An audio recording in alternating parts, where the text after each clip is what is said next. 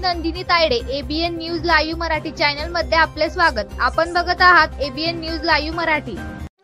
कसबे सुकेना येथे ऊस वाहतूक करणाऱ्या डबल ट्रॉली ट्रॅक्टर ड्रायव्हरच्या बेजबाबदार व हलगर्जीपणामुळे 7वीच्या वर्गात शिक्षण घेत असलेल्या मुलाचा दुर्दैवी मृत्यू।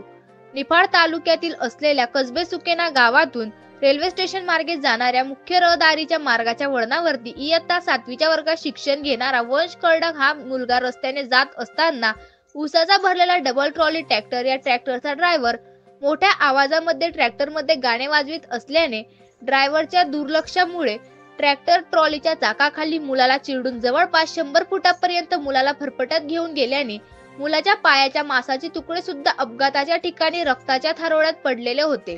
घटनास्थळ हे प्रमुख रहदारीचा मार्ग असून वळणावरती वाढलेली झाडे झुडपे या संदर्भात ग्रामपंचायतीकडे अनेक वेळेस तक्रारी केल्या आहेत, मात्र ग्रामपंचायत दुर्लक्ष करीत असल्याने नागरिकांमध्ये तीव्र नाराजी असल्याचे दिसून आले।